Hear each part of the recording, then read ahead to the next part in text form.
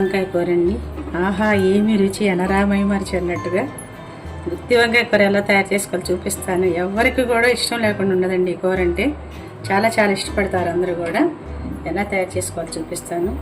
చూడండి ఎంత బాగుందో చూడండి. గుత్తి వంకాయ కూర చాలా టేస్టీగా ఉంటుందండి. అన్నంలోకి కానీ మనము అన్నిట్లోకి అండి, చపాతీలోకి ఏంటి, ఫ్లేవర్డ్ రైసుల్లోకి ఏంటి, ఎంతో రుచిగా ఉంటుందండి. ఇలా తయారు చేసుకోవాలి చూద్దాము. ముందుగా మనము నేను ఒక 1/2 కేజీ పైన తీసుకున్నానండి. ముందుగా మనం ఇలాగా కట్ చేసి పెట్టుకోవాలన్నమాట. ఇట్లా నాలుగు వచ్చేటట్టుగా ముక్కల్ని ఇలా కట్ చేసి పెట్టుకోవాలి. ఉప్పు నీళ్ళలో వేయాలి. ఇవి అన్నీ కూడా నేను కట్ చేసి ఇలాగా చూడండి, ఇలా కట్ చేసి ఉప్పు నీళ్ళలో వేసాను. 4 జీడిపప్పులు తీసుకున్నానండి. నిమ్మకాయ చింతపండు ఇంత తీసుకోవాలి, నానబెట్టుకుందాము.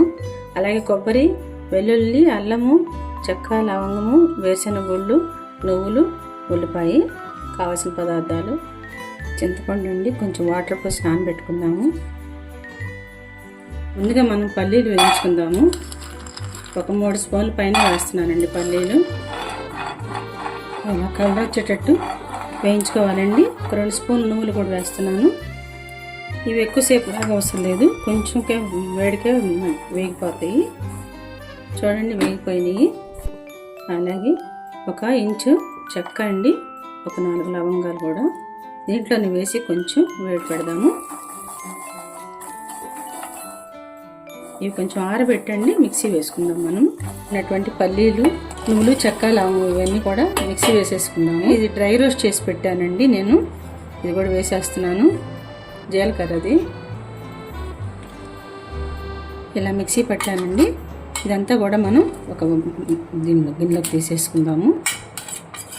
ఇదే మిక్సీ జార్లో కొంచెం అల్లం అండి, 1 ఇంచు అల్లము, అలాగే ఒక 5-6, 7-8 వెల్లుల్లిపాయలు, పచ్చి కొబ్బరి, ఒక 4 జీడిపప్పులు, ఒక 2 ఉల్లిపాయలు వేస్తున్నాను నేను.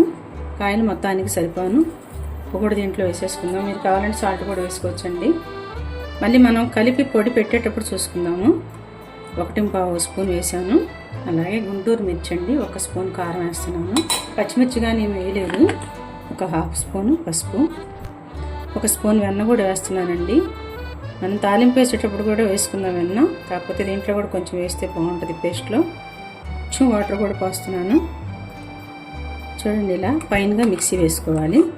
చూసారు ఎంత బాగుందో, కలర్ఫుల్గా కూడా ఉంది. నువ్వులు, పల్లీలు దాంట్లో వేసేద్దాం. ఇదంతా కూడా ఈ పేస్ట్ అంతా, ఇందాక పల్లీల పొడిలో మనం ఈ పేస్ట్ అంతా వేసుకుని ఇది మొత్తం ఈవెన్గా కలిపేసుకోవాలి. ఇప్పుడు ఈ స్టేజ్లో కొంచెం ఉప్పు చూసుకుందాం. కారం, ఉప్పు కొంచెం వేస్తున్నాం, సాల్ట్. ఇది కూడా మొత్తం మనం ఇలా కలిపేసుకుందాము. ఈ పేస్ట్లో నుండి ఉప్పు, కారం అన్నీ కూడా సరిపోయినాయి.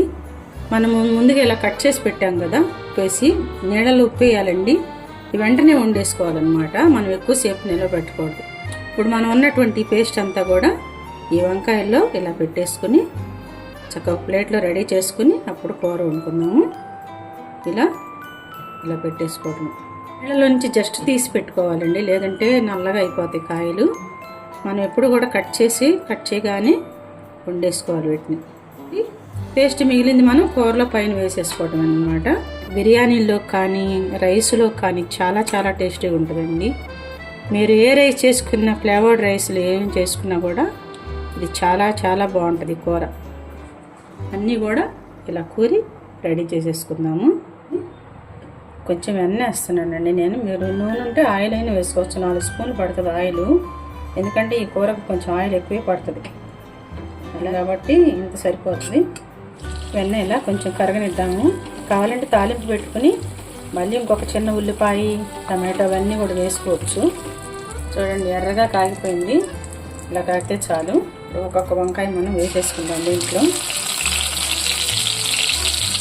మూత పెట్టేద్దామండి, మగ్గిపోతుంది. వేసే మగ్గిపోతుంది వంకాయ.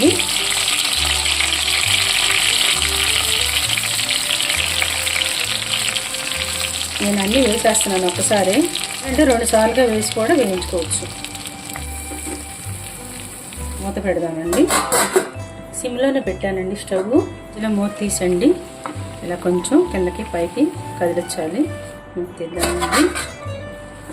మగ్గిపోతుంది బాగానే చక్కగా. మిగిలిందండి ఈ పేస్ట్, ఇది కూడా వేసేస్తున్నాను నేను. కొంచెం మిగిలినప్పుడు దీంట్లోనే వేసేసుకోవాలి. మళ్ళీ మూత పెట్టేద్దాము. ఇలా గిన్నెలో తీసి పెట్టేసుకుందాము. గుజ్జంతా కూడా ఇలా పెట్టేసుకుందాము. తీసుకుని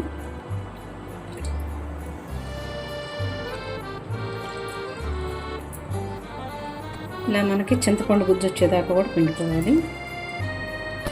మధ్య మధ్యలో ఇలా కలిదిప్పుకోవాలండి. అడుగంటుకొని చూసుకోవాలి. సిమ్లోనే పెట్టాను. కదిలిచ్చేసేయకూడదు ముక్కలు. మామూలుగా వంకాయలు మనం నిదానంగా తిప్పుకోవాలి. 25 మినిట్స్ పైనే పట్టిందండి. ఇప్పుడు మనం తీసుకున్నటువంటి పులుసుని పోసేద్దాము. కొంచెం మగ్గనిచ్చి పోస్తే బాగుంటుంది టేస్ట్. ఆ వెన్నలో కనుక బాగా ఉడికితే చాలా చాలా బాగుంటుంది అన్నమాట. కొంచెం గ్రేవీ కోసం నేను కొంచెం ఎక్కువ పోసాను. అది మనకి ఉడికి అంత అయ్యేటప్పటికి కదబడిపోతుందండి తొందరగానే. ఇప్పుడు మీడియంలో పెట్టుకోవచ్చు, మనకి ఎక్కువసేపు అవసరం లేదు. స్పైసెస్ అన్నీ బ్యాలెన్స్ అవటాకండి కొంచెం బెల్లం వేస్తున్నాను, ఎక్కువ వేయలేదు. కారం అన్నీ సరిపోయినాయి. 2-3 మినిట్స్ ఉంచేసి తీసేద్దాము. కొంచెం కొత్తిమీర కూడా వేసుకుందాము. ఇంకొక 2 మినిట్స్ పెడదాము. పెడదామండి, అయిపోయిందేమో. చూసారా ఎంత బాగుందో కూర. చూడండి అండి, అయిపోయింది. ఇంత కన్సిస్టెన్సీ ఉంచుకుంటే బాగుంటుందండి కలుపుకోవటానికి. చూద్దాము. అన్నీ సరిపోయినాయండి, చక్కగా బ్యాలెన్స్ చేసింది. బెల్లం కూడా ఎక్కువ తీపి లేదు, చాలా చాలా టేస్టీగా ఉందండి. చూడండి వంకాయ కూడా ఎలా అంటే చూడండి చక్కగా ఉడికిపోయిందనమాట. వంకాయ తిన్నారంటే వదిలిపెట్టరు, అంత గుమగుమలు ఆడిపోతూ ఉందండి.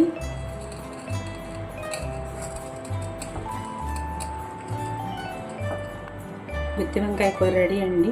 మీరందరూ కూడా తయారు చేసుకుని టేస్ట్ ఎలా ఉందని చెప్పండి అండి, కామెంట్స్ పెట్టండి. మీకు నచ్చితే షేర్ చేయండి. నా ఛానల్ సబ్స్క్రైబ్ చేయండి. చాలా చాలా ఎమ్మీగా ఉందండి కూర. మీరు నమ్మరు, చాలా చాలా రుచిగా ఉంది. చూడండి ఎంత బాగుందో. సూపర్ అండి, టేస్ట్ మాత్రం అద్దరిపోయింది.